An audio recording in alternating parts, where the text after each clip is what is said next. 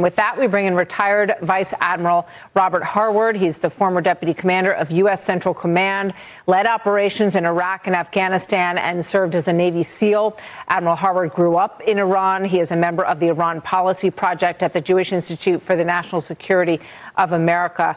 Admiral, always very good to have you with us. Thank you for coming back. I guess for starters, your response to what you hear the president say there, he said that we have hit almost all the targets. And when asked, are there mines in the Strait of Hormuz, he said no.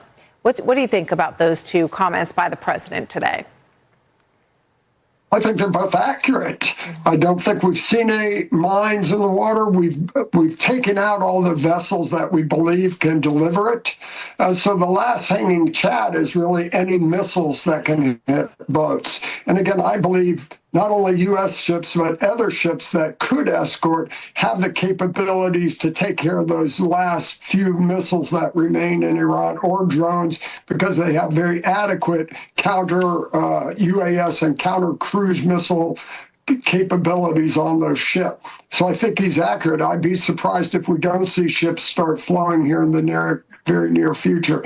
And while we've had this short-term economic impact, the long-term benefits are just incredible. When you think of oil coming out of Iran now, not sanctioned, going into the world economy, not just into China, it changes the whole oil market. And you'll see that price, I believe, drop significantly when this all occurs. Yeah, I mean, it's the idea of short-term pain for long-term gain. And I think Americans have become so used to instant gratification that if something hasn't happened over the course of a few days, they're sometimes, reluctant to go through the actual experience to get to the other side of it, something that, you, with obviously all of your military and war background, you know all too well. I just wanted to ask you about this. This is a Bloomberg report today. It says American forces have been forced to dig deep into inventories of expensive, hard-to-replace interceptors to counter the Iranian barrage. Iran missiles incoming are down 80%, but they are still hitting valuable military installations and energy infrastructure across the Middle East daily. What do you say about that, Admiral?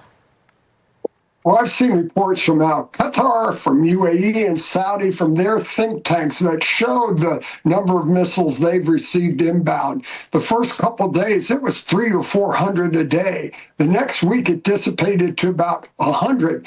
The last couple of days, it's been down to 20 or 30 today. So that's an indicator of depleting their inventory. And add on to that all the strikes we've done. So our interceptors are less relevant than their inventories, and those are obviously shrinking very quickly, and I think they'll soon be eradicated completely.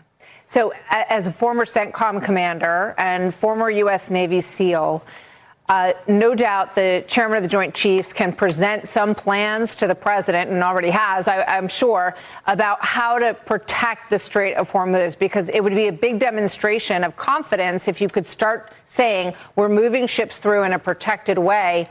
And no doubt the market would improve on that news. What kind of scenario do you imagine that would help that happen?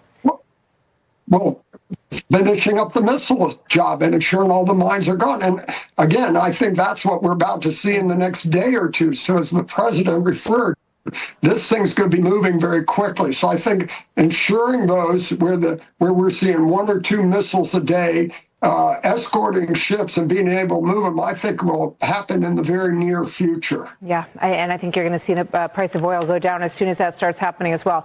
Quick thought on the nuclear material that's thought to be different takes on this, but buried at Isfahan is the take that I heard from the Israeli ambassador yesterday, and the possible kind of boots on the ground operation that might be capable of eliminating that once and for all.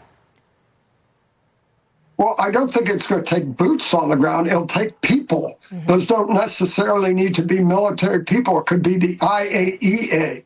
Once we've driven the regime to its knees and hopefully remove the regime, then that's that we can do that at our pace whenever we want. And it could be the International Atomic Energy Agency, sending people in to take control of that material. It could be other nations agreeing to do that. So I don't think it's going to take boots on the ground. But once we've eradicated their military power and we have a regime or change of regime, or at least a regime that's willing to cooperate, we can address all those issues on our timelines.